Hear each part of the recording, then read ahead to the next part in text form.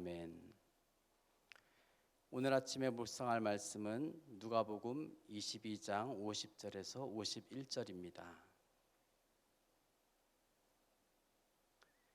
거룩하신 하나님의 말씀입니다. 그 중에 한 사람이 대제사장의 종을 쳐 그 오른쪽 귀를 떨어뜨린지라. 예수께서 일러 이르시되 이것까지 참으라 하시고 그 귀를 만져 낫게 하시더라.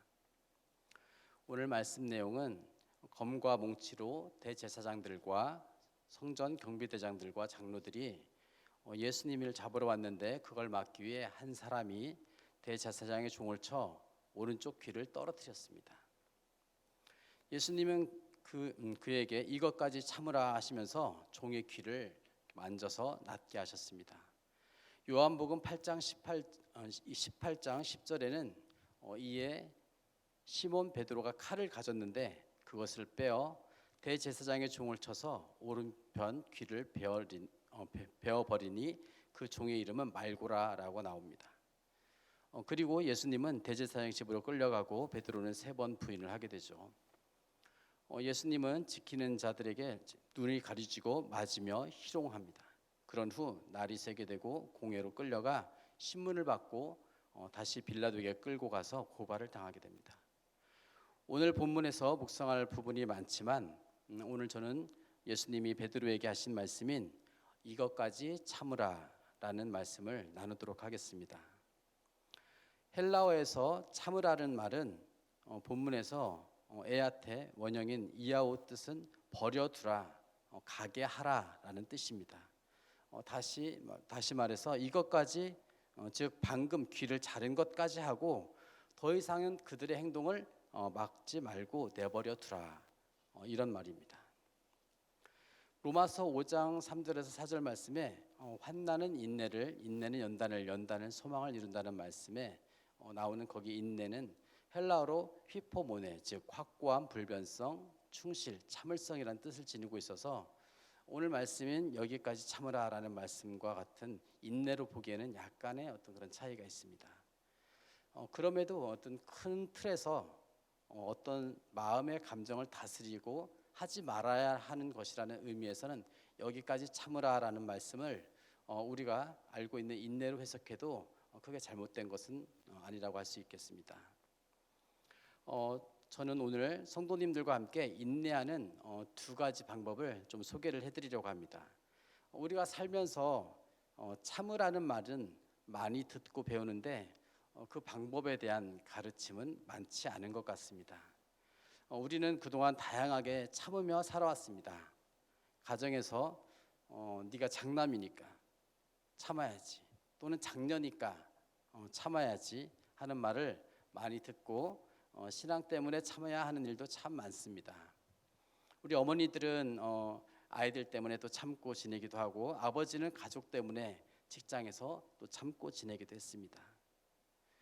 지금은 이제 대가족으로 사는 집이 많지는 않지만 예전에는 그런 가족 구조 때문에 관계에서 오는 그런 갈등도 참 많았습니다. 이렇게 다른 나라보다는 우리나라가 더욱 참고 누르고 지낼 일이 많아서 마음에 진 응어리, 이것을 또 한이라고 표현하기도 했습니다. 제가 또 배웠던 상담에서는 감정을 누르지 말라고 그렇게 합니다. 참고 사는 것을 다른 말로 우리도 스트레스를 많이 받는다라고 얘기하는데요. 우리의 몸에 많은 병이 스트레스가 원인인 경우가 자주 많습니다. 우리 사회에서는 또 특히 많은 인내를 요구합니다. 그리고 인내를 잘하는 사람을 좋아하기도 하죠. 시키면 아무 불평 없이 묵묵히 그 일을 해내는 사람을 말입니다. 성경에서도 전체적으로 보면은 인내에 대해 꼭 필요한 덕목으로 말하고 있기 때문에 인내는 사회생활이나 또 신앙생활에 꼭 필요한 하나의 덕목으로 자리 잡고 있습니다. 빛은 어둠을, 그리고 인내는 고난을 친구로 삼습니다. 어둠이 빛을 더욱 밝게 하듯 고난 또한 인내를 이루어가는데 꼭 필요한 것입니다. 인내가 유익한지를 알지만 이렇게 스트레스나 이런 것으로 인해서 병이 생긴다면 과연 우리는 이 인내를 더 이상 하지 말아야 되는 것일까요? 아닙니다. 그렇지 않죠. 인내 과정에서 오는 스트레스 자체를 해결하면 됩니다. 다윗을 예를 들어 볼까요? 다윗은 사울에게 쫓기는 그런 스트레스를 하나님께 시로 표현했습니다. 우리 제가 읽는 시편이죠. 그것은 글로 쓰는 비움이라고 하겠습니다. 그리고 신실한 신앙인들의 삶에 이런저런 고난을 만나면 이렇게 여러분처럼 새벽 예배에 나와서 하나님께 기도를 하기도 합니다. 이것은 말로 하는 비움입니다. 하나님께 비움으로 의지하게 되면 하나님의 일하심을 또 개인적으로 경험하게 되고 그 하나님을 다시 또 신뢰하게 됩니다. 그렇기 때문에 믿음은 깊어지고 어려움 앞에 내 힘으로 해결하기보다 하나님께 먼저 구하는 그런 삶을 지속적으로 우리가 살아가게 되는 것입니다. 여기까지 참으라라는 말은 이 말씀이 가능하기 위한 첫 번째 방법은 바로 글로 또는 말로 하나님께 말씀드리는 것, 다른 말로 해서 비움입니다. 하나님을 의지하지 않고 고난을 극복한 사람들은 대부분 자신들의 나름대로의 어떤 인생 철학을 지니게 됩니다. 그리고 그것을 절대시하게 되죠. 하지만 하나님을 의지해서 어려움을 지낸 사람은 이겨낸 사람은 하나님과 스토리가 남습니다. 그 경험은 다른 어려움 앞에서 기억되고 또다시 그런 어려움을 이길 힘을 얻게 되는 것입니다. 성경에서 인내는 아무 말 하지 말고 누르고 참으라 하는 것이 아닙니다. 그 마음을 가지고 하나님께 고백하라는 것입니다. 우리 동네 샘의줄 맨 처음 위에 나오는 그런 부분이 비움 기도이죠. 비움은 우리가 인내하기 위해 꼭 필요한 그런 과정이며 또한 거룩한 습관인 것입니다. 이것이 바로 인내, 즉 참을 수 있었던 첫 번째 방법입니다. 제가 아까 두 가지를 말씀드린다고 했죠. 두 번째는 바로 말씀을 읽는 것입니다.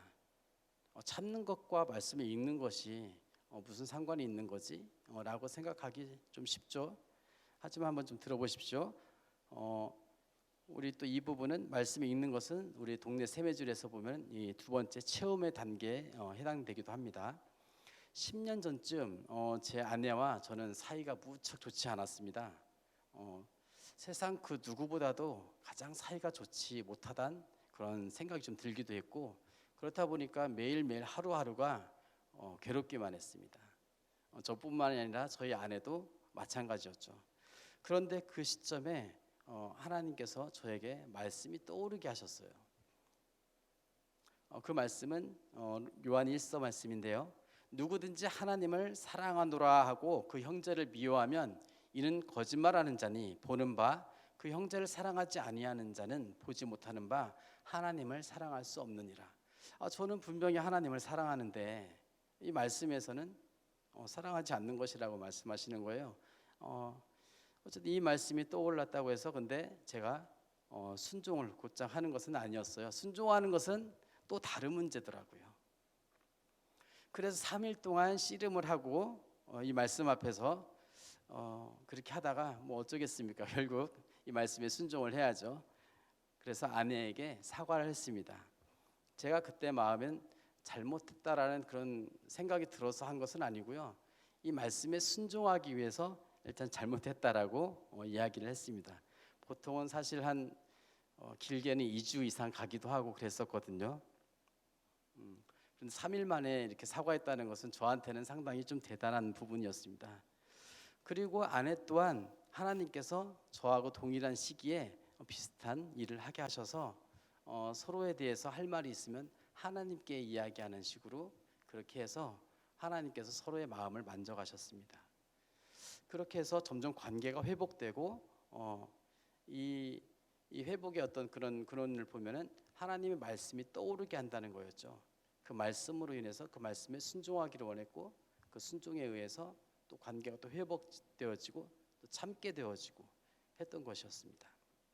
이렇게 말씀은 우리가 스스로 참지 못할 때 평소에 나로서는 하지 못하는 그런 부분을 그 말씀을 붙들고 의지할 때 참게 해주시고 이기게 해주신다는 겁니다. 말씀을 맺습니다.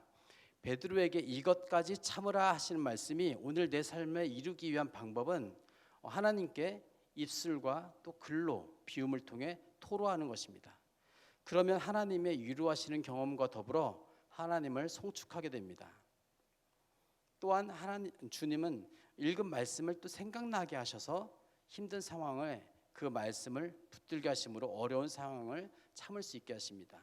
우리 성도님들 오늘 하루도 하나님께 비움과 그리고 채움으로 위로와 힘을 얻게 되시기를 축복합니다. 기도하시겠습니다. 주님, 참아야 하는 순간순간 아버지께 말하고 말씀으로 새겨듣는 저희들 될 수 있도록 도와주시고 우리의 감정을 따라 행동하기보다 주님의 사랑에 기대어 인내를 이루는 우리 성도님들 되도록 은혜를 베풀어 주옵소서. 예수님의 이름으로 기도합니다. 아멘. 이 시간 다음과 같은 기도 제목으로 함께 기도하시겠습니다. 지금 들은 말씀이 내 삶으로 이어지게 하옵소서. 말씀 묵상이 길입니다라는 말씀이 2023년 우리 삶의 길이 되고 빛이 되게 하옵소서. 한 달간 진행되는 정월 말씀 사경회를 통해 올 한 해 하나님과 동행하는 삶이 되게 하옵소서. 동네 세매줄 성경 사역이 들불처럼 번져가게 하시고 소그룹 모임이 활성화되게 하옵소서. 우리 사회에 소외되는 약자를 돌보게 하시고 우리가 진정한 이웃 되게 하옵소서.